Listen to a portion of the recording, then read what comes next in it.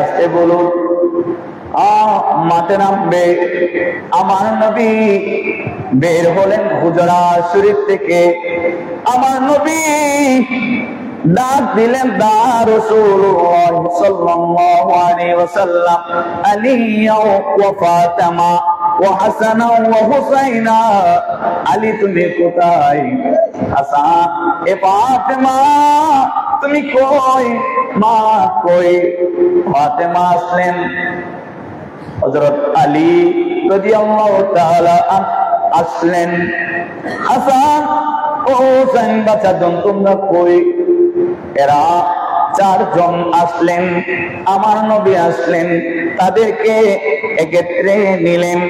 আমার নবী সেই মজলিসে, সেই জায়গাতে বলছেন, ফাকালা আল্লাহুম্মা হাউলাই আহলাল বাইত। সুবহানাল্লাহ, ওনারাই হচ্ছে আমার আহলে বাইত।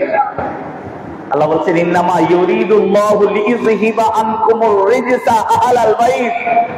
আল্লাহ যে আহলে বাইতের কথা বলেছেন, যে আহলে বাইতকে আল্লাহ আহলে বাইতের থেকে সংকীর্ণতা দূর করতে চায় এবং তাদেরকে পুত পবিত্র রাখতে চায়। ইয়া রাসূলুল্লাহ, আহলে বাইতকে চিনি না, আহলে বাইত কারা চিনি না, বুঝি না। আমার নবী পরিচয় করাই দিলেন, বলছেন আল্লাহুম্মা হাউলাই আহলাল বাইত। সুবহানাল্লাহ, ওনারাই আমার আহলে বাইত, ওনারাই আমার। বলেন আহলে বাইত কাদেরকে পরিচয় দিলেন? এক নম্বরে আলী, মাওলা আলী রাদিয়াল্লাহু তাআলা। দ্বিতীয় নম্বরে ফাতিমা তাইয়্যিবা যাহিরা রাদিয়াল্লাহু তাআলা আনহা। তৃতীয় নম্বর ইমামা হাসান। চতুর্থ নম্বর ইমামে হুসাইন মুজতবা রাদিয়াল্লাহু তাআলা। সুবহানাল্লাহ, কয়জন? জোরে বলুন। একজন মাওলা আলী, আরেকজন ফাতিমাতুজ জাহরা, আরেকজন ইমামে হাসান, আরেকজনের নাম ইমামে হুসাইন। বলুন, প্রথম জনের নাম কি? দ্বিতীয় জনের নাম কি? তৃতীয় জনের নাম কি? চতুর্থ নম্বরের নাম কি? আর আমার নবী একজন আছে। কয়জন হলো? পাঁচ পাঞ্জাতান। ইনারাই হচ্ছে আল্লাহুম্মা হাউলাই আহলাল বাইত, ওনারাই আমার আহলে বাইত। সুবহানাল্লাহ, কোরআনুল কারীমে যাদের ব্যাপারে বলা হয়েছিল ইনারাই জিনাদের থেকে সংকীর্ণতা দূর করতে চায়, জিনাদেরকে আর হামেশা পবিত্র রাখতে চায়, ওনারাই হচ্ছে আমার নবীর আহলে বাইত। সুবহানাল্লাহ। তেরে নসলে পাক মেরে বাচ্চা বাচ্চা নূর কা तो है आईने नूर तेरा, सब घराना नूर का सारा दुनिया। अरे कौन আরেকখানা হাদিসে পাক, ওয়ান আয়েশা রাদিয়াল্লাহু তাআলা খরজত নবী সাল্লাল্লাহু আলাইহি ওয়াসাল্লাম ওয়া দারাতু আলাইহি মিরতুম মুরাহহালুন মিন শা'রি আসওয়াদ আসওয়াদ ফাজা হাসান ইবনে আলী। আমার নবী আম্মা জান আয়েশা সিদ্দিকা রাদিয়াল্লাহু তাআলা আনহার ঘর থেকে, হুজরা থেকে বের হলেন। একটা কালো কম্বল অথবা চাদর নিয়েছেন এবং ওই চাদর নিয়ে হযরত ফাতিমাতুজ জাহরার ঘরের দিকে গেলেন এবং ডাকলেন, ফাজা হাসান, এ হাসান তুমি কই কই আসো। ইমামে হাসান আসলো। ফাদখুলুম সুম্মা জাআ হুসাইন, হুসাইন আসলো। মা সুম্মা জাআত ফাতিমা, ফাতিমা তুমি কোথায়? ইন ফাতিমাতুজ জাহরা ফাদখালহা, ফাতিমা আসলো। সুম্মা জাআ আলীউন, আলী তুমি কই আসো না? আলীও আসলেন। সুম্মা ক্বালা ইন্নামা ইউরিদুল্লাহু লিইয়ুযহিবা আনকুম রিজসা। এ সাহাবা শোনো, শোনো শোনো, এই জগতের উম্মত তোমরা শোনো শোনো, আল্লাহ যাদের ব্যাপারে বলেছেন ইন্নামা ইউরিদুল্লাহু লিইউযহিবা আনকুমুর রিজসা আহলাল বাইত ওয়া ইউতাহিরাকুম তাতহীরা। চিৎকার দিয়ে বলুন সুবহানাল্লাহ। এই জগতের মানুষ শোনো শোনো শোনো, ওনারা আমার আহলে বাইত, ওনাদেরকে যারা সম্মান করবে, ইজ্জত করবে, ওনাদেরকে যারা মহব্বত করবে, আমি নবীকে মহব্বত করা। চিৎকার দিয়ে বলুন সুবহানাল্লাহ। আমার নবী হাদিসে পাকে এলান করছেন হুসাইনুম মিন্নি ওয়া আনা মিন হুসাইন, হুসাইন আমার থেকে, আমি হুসাইনের থেকে। অর্থাৎ নবী নয় হুসাইন নয়, হুসাইন নয় নবী, হাসান নয় নবী, হুসাইন নয় নবী। সুবহানাল্লাহ। কেউ যদি হুসাইনের অন্তরে আঘাত দেয়, সেই আঘাত আমার নবী পায়। কেউ যদি হুসাইনের গায়ে আঘাত করে, সে আঘাত আমার নবীর গায়ে চলে যায়। এই জন্য আমার নবী বলতেন খবরদার খবরদার, হুসাইন হচ্ছে আমি নবীর শরীরের একটি অংশ। চিৎকার দিয়ে বলে সুবহানাল্লাহ। সালাত নিয়া আলাইকুম। وفي رواية الترمذي شريف رواية এসেছে قالت أم سلمى وأنا معهم يا رسول الله يا رسول الله يا حبيب الله। আপনি তো এদেরকে চাদরের মধ্যে দিয়েছেন, আমি উম্মে সালমা দূর থেকে দেখে আছি, কত সুন্দর লাগে। ইয়া রাসূলুল্লাহ, আমাকে একটু আপনার চাদরের নিচে রাখেন না, আমাকে একটু ঢোকা অনুমতি দেন না। আমার নবী বলছেন, আমার নবী বলছেন, ও উম্মে সালমা শুনো শুনো, ক্বালাত আনতি আলা মাকানিকি, তুমি তোমার স্থানে রয়েছো, তোমার জায়গা এখানে নাই, তুমি তোমার স্থানে রয়েছো। ওয়া আনতি লা খায়রি, তুমি কল্যাণের উপর রয়েছো। সুবহানাল্লাহ। তুমি তোমার জায়গায়, আহলে বাইতের জায়গায়। সুবহানাল্লাহ। চিন্তা করুন, আহলে বাইতের স্থান এমন একটি স্থান সাহাবায়ে কেরামের চেয়ে আরো উপরে, সাহাবায়ে কেরামের চেয়ে আরো উপরে যার স্থান, ওনার নাম কি? জুড়ে বলেন। আহলে বাইত। সালাতুন ইয়া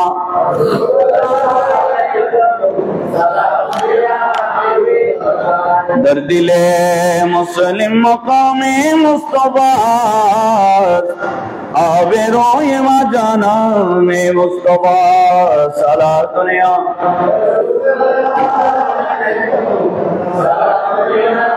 وعن ابي ذر انه قال وهو اخذ بباب الكعبة سمع النبي صلى الله عليه وسلم। হযরত আবি যার রাদিয়াল্লাহু তাআলা আনহু বর্ণনা করেছেন, উনি বলছেন, আমি আমার নবী যখন হানে কাবায় গিয়েছিল, আমার নবীকে তখন বলতে আমি নিজের কানে শুনেছি। কি বলছেন? বলে আলা ইন্না মাসালা আহলাল বাইতি ফিকুম মাসালু সাফিনাতিন, আমার আহলে বাইত হচ্ছে নূহ আলাইহিস সালাতু ওয়াস সালামের কিস্তির মতো প্লাবন হয়ে গেছে। নূহ আলাইহিস সালাতু ওয়াস সালামের কে যারা বিশ্বাস করলো, ভালোবাসলো, ভালোবেসে যাদেরকে নৌকায় উঠালেন, সবাই রক্ষা পেল, ঠিক কিনা? আর যারা নূহ আলাইহিস সালাতু ওয়াস সালামকে ভালোবাসেন নাই, বিশ্বাস করেন নাই, বলে বৃষ্টি হবে কয়েক ঘন্টার মধ্যে চলে যাবে। পানি হাঁটুর মধ্যে উঠে গেল, কোমরে উঠে গেল, বিশ্বাস আসে না। শেষ পর্যন্ত নূহ আলাইহিস সালাতু ওয়াস সালাম সমস্ত উম্মতদেরকে নিয়ে পাড়ি দিল, প্লাবিত হয়ে গেল। নূহের কিস্তিতে যারা উঠলো না, তারা বেঁচে রয়েছে না ধ্বংস হয়েছে? জুড়ে বলেন। আমার নবী বলছেন আমার আহলে বাইত হচ্ছে ক্রিশ্চিয়ানো, যারা শেষ জামানায় আহলে বাইতকে ধরে রাখবে, আহলে বাইতের মহব্বত রাখবে, এরা নূহের কিস্তির মতো, নূহ আলাইহিস সালাতু ওয়াস সালামের কিস্তির উপর উঠে যারা বেঁচে গিয়েছিল শেষ জামানায়, আহলে বাইতকে মহব্বত করলে, ধরে রাখলে, অন্তরে ধারণ করলে তারাও বেঁচে যাবে। কোথায় বাঁচবে? এখন কি প্লাবিত হবে যে বেঁচে যাবে? রোজ কিয়ামতের ময়দানে ওনারা বেঁচে যাবে, কারণ ওনাদের ভিতর আহলে বাইতে রাসূলের মহব্বত ছিল। সুবহানাল্লাহ। ইমামে হাসান মুজতবা, ইমামে হুসাইন মুজতবা আলাইহির রহমা, এদের সিলসিলা কিয়ামত তক জারি থাকবে, আসর তক জারি থাকবে, কিয়ামত পর্যন্ত আহলে বাইত থাকবে, ঠিক কি না? এই আহলে বাইতের রাসূলদেরকে যারা মহব্বত করবে, ইজ্জত করবে, আল্লাহ তাদেরকে নাজাত দান করবে। সুবহানাল্লাহ। কারবালার করুণ কাহিনী কেমনে ভোলা যায়, কারবালা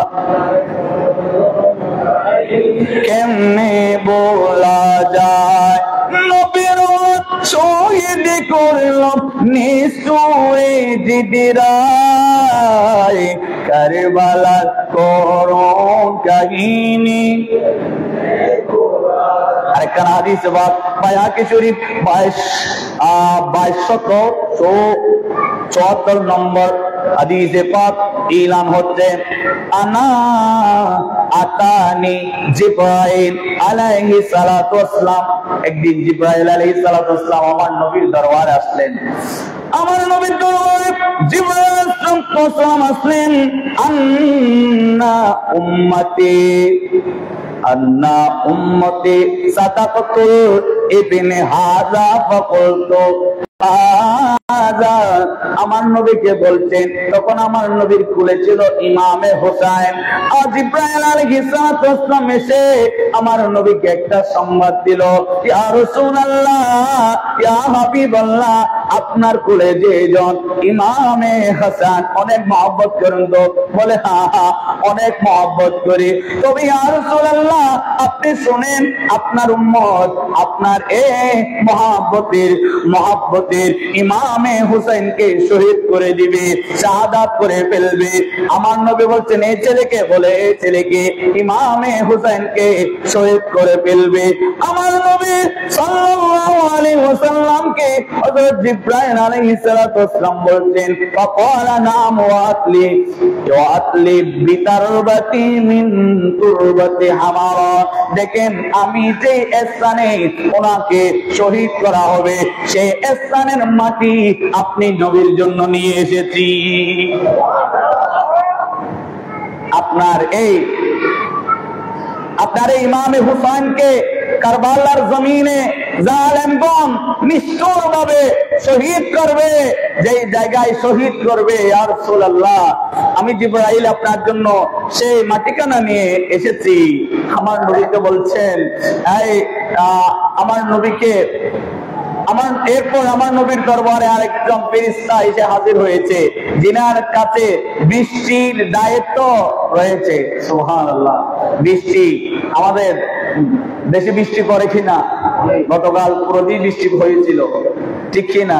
রাত্রে হয়েছিল, এর আগের দিন আজকে এক সপ্তাহ যাবত বৃষ্টি হচ্ছে। এই বৃষ্টির নিয়ন্ত্রণ যে ফেরেশতা করে, ওই ফেরেশতা আমার নবীর দরবারে আসছেন, ইয়া রাসূলুল্লাহ আমি কি আসতে পারি? বলে আসেন। উনি খবর দিলেন, ইয়া রাসূলুল্লাহ আপনার এই আদরের নাতি যিনি আপনার কুলে রয়েছে, ওনাকে আপনার উম্মতগণ শহীদ করবে, যে জায়গায় শহীদ করবে ওই জায়গার মাটি জিবরাইল আপনাকে দিয়েছে। তবে আমি বলি ওই জায়গার মাটিটি লাল হয়ে যাবে যখন ইমামে হুসাইন মুজতবা আলাইহির রহমাকে যখন জালেমগণ শহীদ করে দিবে, সেই মাটি লাল হয়ে যাবে। তখন ওই মাটিগুলো উম্মে সালমা ওনার কাছে সংরক্ষণ করতে দিলেন, এই উম্মে সালমা এই মাটিগুলো তুমি রেখে দাও, যখন দেখবে মাটিগুলো লাল হয়ে গেছে তখন বুঝবে আমার হুসেন আর দুনিয়াতে নাই। তো উম্মে সালমা সেই মাটিগুলো একটি কাচের শিশুরির মধ্যে রাখলেন, কাচের একটা শিশুরির মধ্যে রেখে দিলেন এবং অপেক্ষা করলেন কোন দিন সেটা লাল হয়ে যায়। আল্লাহ আমাদের কারবালার এই আমার নবী সাল্লাল্লাহু আলাইহি ওয়াসাল্লামকে আগাম সংবাদ দিলেন যে আপনার এই দরিদ্রকে কারবালার ময়দানে শহীদ করে ফেলবে।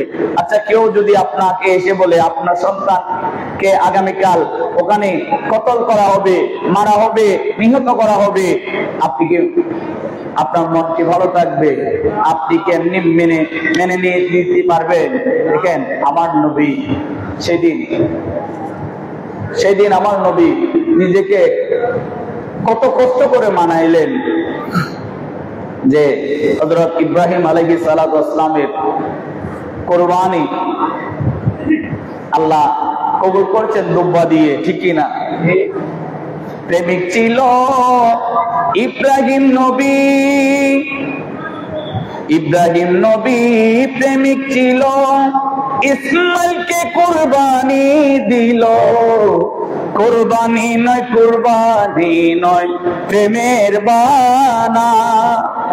এটা কুরবানি ছিল না, প্রেমের একটা বাহানা ছিল। আসল কুরবানি আমার নবী থেকে নিয়েছে। আসল কুরবানি কার থেকে নিলেন?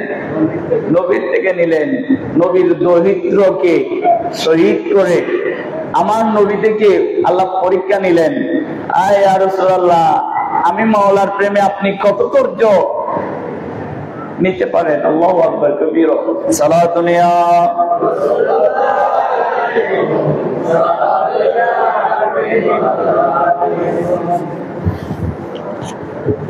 আগাম খবর সব দেওয়া হয়েছে। এখন আমিরে মুআবিয়া, সময় তো শেষ, আমিরে মুআবিয়া ইন্তিকাল করলেন। এজিদ পূর্ব থেকে ক্ষমতা নিয়েছেন জোর করে।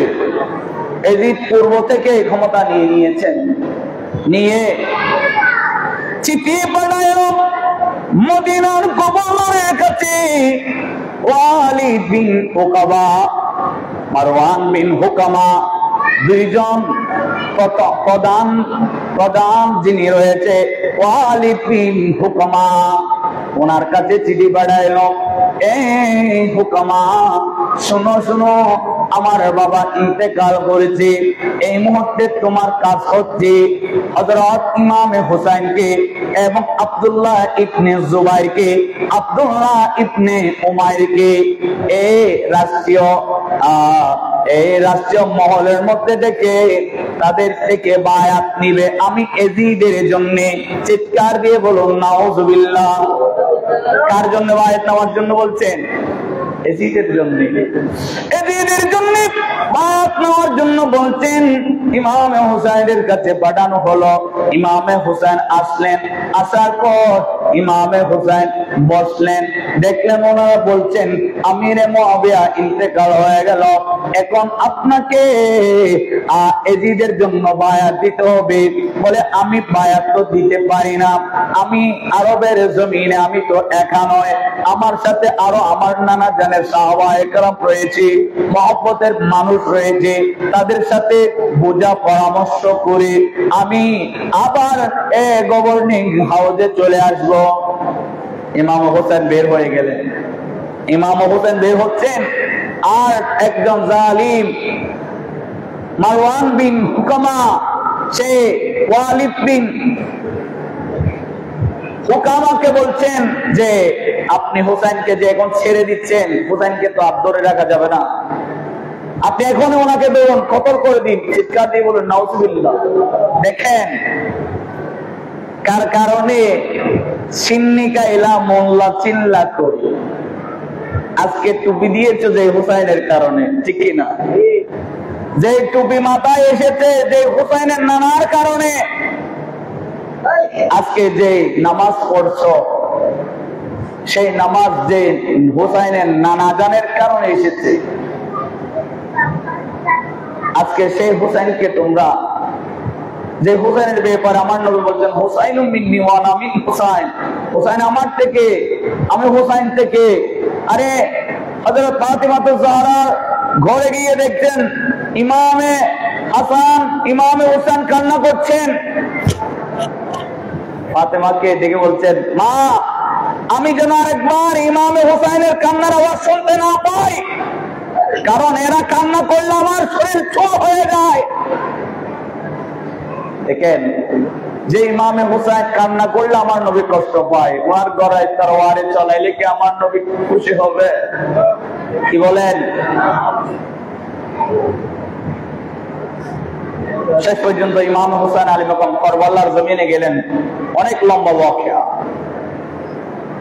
কারবালার জমিনে গেলেন, যুবক সর্দারি ইসলামকে দিতে গিয়ে নতুন জান শহীদ হলো সপরিবার কারবালার ময়দান। শহীদ হলো সপরিবার কারবালার ময়দান। চতুর্দিকে তীর ছুড়িল, সীমার আঘাত হানিল। ইমাম হোসেন শহীদ হলো তার বাড়ি বর্ষার জহম। মুবারক স্বাগতম হে মাহে মুহররম। শেষ পর্যন্ত ইমামে হুসাইন আলী মাকাম শহীদ হয়েছেন। ইমামে আলী মাকাম হুসাইন যখন শহীদ হলো, তখন এরপরের অনেক ওয়াকিয়া হাদিসে পাকে এসেছে। আমার নবীকে হযরত আব্দুল্লাহ ইবনে উবাই স্বপ্ন দেখছেন। এই হাদিস কানা 2286 নম্বর হাদিসে পাকে বাইহাকি শরীফে রয়েছে।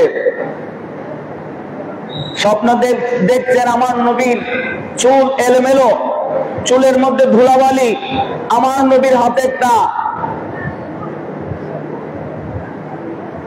একটা পাত্র রয়েছে, যে পাত্রের মধ্যে রক্ত। আমার নবীকে জিজ্ঞেস করা হলো, ইয়া রাসূলুল্লাহ, আপনার এই চুলগুলো এলোমেলো ধুলাবালি হয়েছে কি জন্যে? বলে, এই আব্দুল্লাহ ইবনে আব্বাস, শুনো, আমার চুল ধুলাবালি হয়েছে এই জন্যে আমার কলিজার টুকরা ইমাম হুসাইনকে কারবালার জমিনে শহীদ করে ফেলছে, আর আমি মদিনায় থাকতে পারি নাই।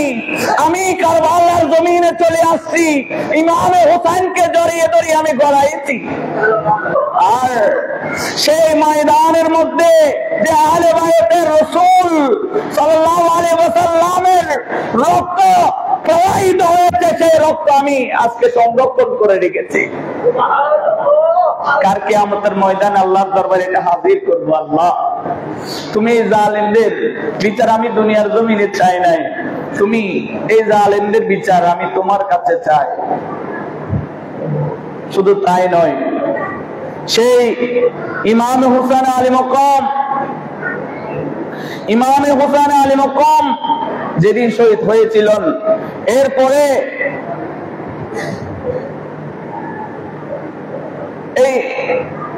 যেদিন শহীদ হয়েছে সেই দিন থেকে 3 দিন পর্যন্ত আরবের জমিন অন্ধকার ছিল, সূর্যের আলো পৌঁছায় না।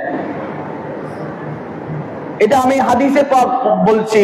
আপনাদের কারো যদি ডকুমেন্টস প্রয়োজন হয় আমি দিব, আমার সাথে দেখা করবেন। সালাতুন ইয়া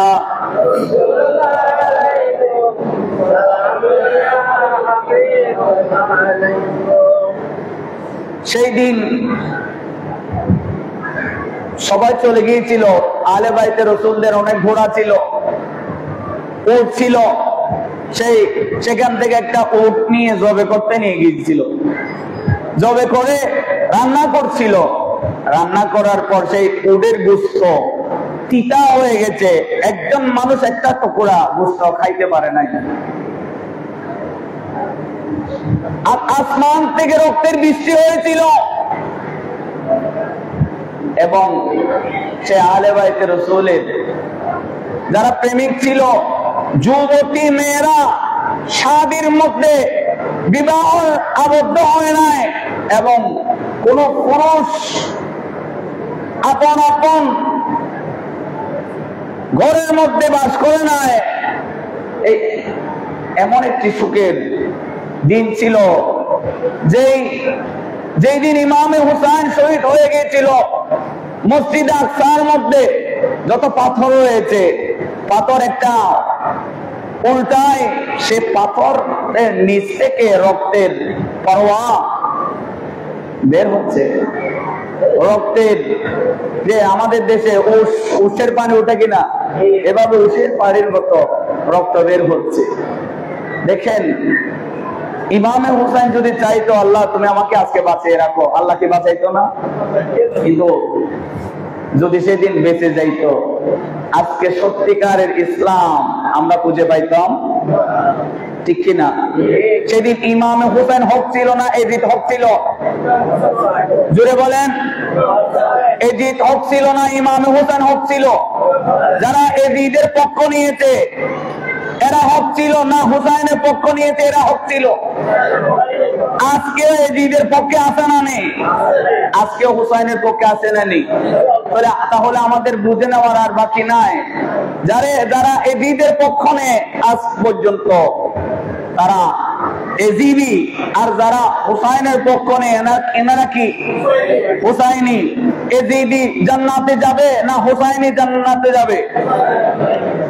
সৈয়দা হাসান ও হুসাইন সৈয়দা শাবাবে আহলিল জান্নাহ। ইমাম হাসান এবং হুসাইন জান্নাতের নওজওয়ানদের সরদার হবে।